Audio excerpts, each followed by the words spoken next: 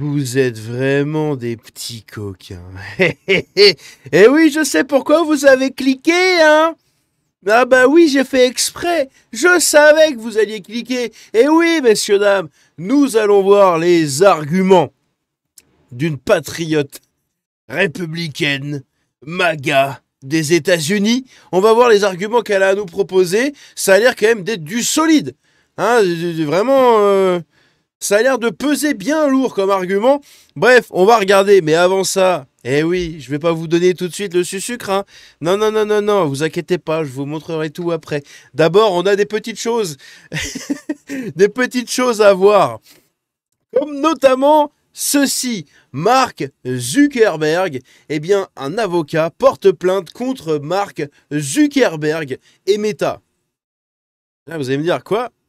Eh oui, il reproche à ces derniers d'avoir supprimé son compte Facebook professionnel, ce qui lui aurait fait perdre des clients. En gros, Mark Zuckerberg a fait supprimer le compte de Mark Zuckerberg. Donc après, Mark Zuckerberg va porter plainte contre Mark Zuckerberg parce que Mark Zuckerberg avait supprimé le compte de Mark Zuckerberg. Ce qui pousse, du coup, Mark Zuckerberg à porter plainte contre Mark Zuckerberg. On passe au suivant. Ici, Turning Point USA, du coup, est à Paris pour couvrir la crise migratoire. Des journalistes évoquent 400 000 à 500 000 migrants arrivés par an, entraînant du coup des camps, des tensions culturelles et une hausse de la criminalité. Un écho à la situation aux États-Unis. Voilà la belle image de la France à l'international. C'est magnifique et on peut voir derrière, hein, elle est en train de parler et pendant que les autres vendent des tours Eiffel, là, il y a tous les camps de migrants, notamment du côté de Barbès et tout, Château-Rouge évidemment. Et le 18e hein, qui est complètement remplacé.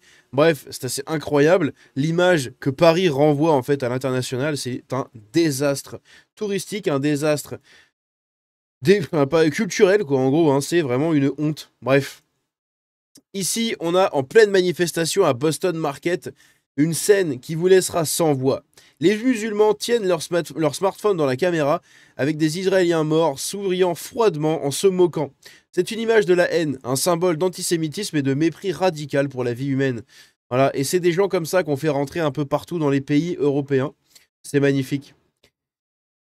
Un homme à Arlington, en Virginie, est accusé de s'être exhibé devant plusieurs femmes et enfants dans les vestiaires des filles des écoles publiques d'Arlington. Il s'identifie comme une femme. La fille d'une femme âgée de 5 ans l'a vu nue en train de se toucher dans une cabine de douche délibérément ouverte. Voilà, voilà. Voilà, voilà. Les dérives. Hein. Donc il se dit femme. Hein. Juste parce qu'il a les cheveux longs, peut-être, j'en sais rien. Il a vraiment le profil typique. Hein. C'est incroyable. Et je crois que je l'avais déjà montré. Hein. Mais c'est vraiment dégueulasse, quoi. Aux États-Unis, Benjamin Netanyahou est hué et des représentants quittent la salle. Ça, c'est un truc de malade.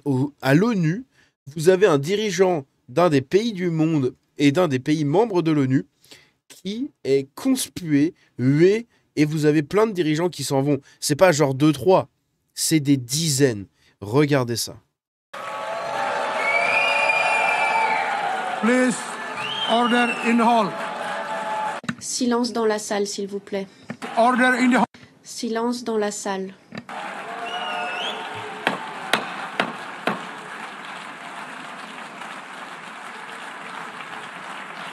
Please, order in the hall. Silence dans la salle.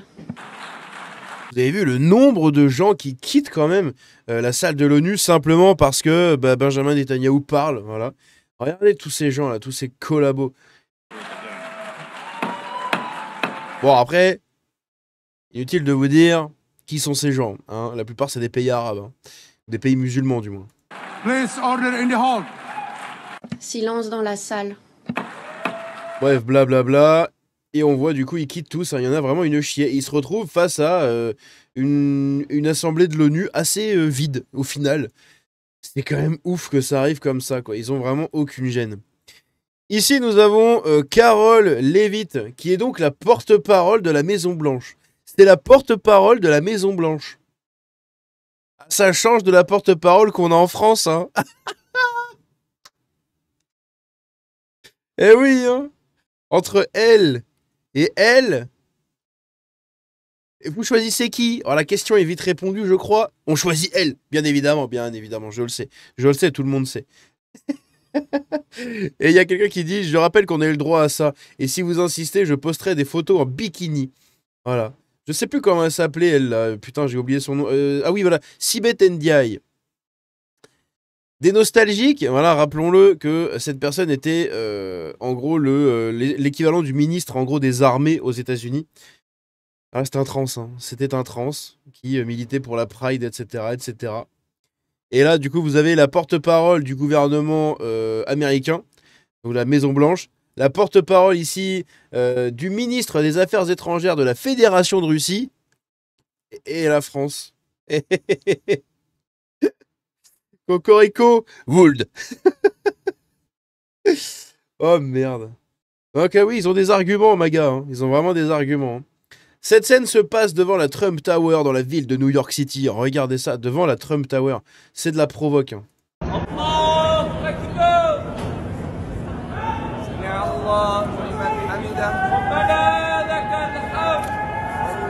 Évidemment, des prières pour la Palestine, etc. Voilà, ils sont là, et ils bisent le front. Enfin, ils bisent le sol, je veux dire. Bref. Ici, on a... Alors, c'était quoi déjà cette histoire? J'ai oublié. Ah oui, oh putain, oui, je me rappelle. Selon le Daily Wire, 2 des 3 suspects inculpés dans l'affaire du meurtre par balle d'un entraîneur de baseball junior à Houston sont entrés aux États-Unis sous l'administration Biden, parce qu'il y a eu une fusillade à Houston. Mustafa Mohamed Matalga, de nationalité jordanienne, a obtenu la citoyenneté américaine malgré une précédente arrestation pour trafic de drogue. Bon. Ahmad Marwed, de nationalité libanaise, a obtenu une carte verte après être entré aux États-Unis avec un visa IR2 le 3 juin 2021, devenant ainsi résident permanent légal, sans aucune gêne. Voilà, de l'administration Biden, aucun souci là-dessus. Tu es opposé à ce genre de choses, tu es un fachou, voilà, sache-le. Et ici, vous l'attendez. Eh oui, je sais que vous l'attendiez, on va écouter les arguments de cette patriote MAGA. Je vais vous mettre même en plein écran. Popular opinion, but it's bonkers to me that in the world we live in and the amount of information we have access to on a daily basis, people still think that the world is black and white. Je vous laisse les 2 minutes pour que vous compreniez bien ce qu'elle dit, parce que c'est très important ce qu'elle dit. Lifestyle choices are all or nothing. And on top of having access to all this information, it is asinine for someone to say you need a PhD to read some articles and then make a decision about what's best for you. And I know that y'all do research on products because there are so many videos reviewing products. And I have some news. Tylenol is a product that's sold by a company for profit. So if I, as a pregnant consumer, read articles on the product Tylenol and decide I'm not comfortable taking that while I'm pregnant, I'm not crazy for doing that. And that also doesn't mean I have to cut out anything potentially harmful in my life by making that one decision. Because guess what? I eat turkey sandwiches. The risk, in my opinion, for a turkey sandwich that I make at home is less than Tylenol. I'm not telling y'all you can't take Tylenol when... Désolé, la vidéo marche plus, elle bug.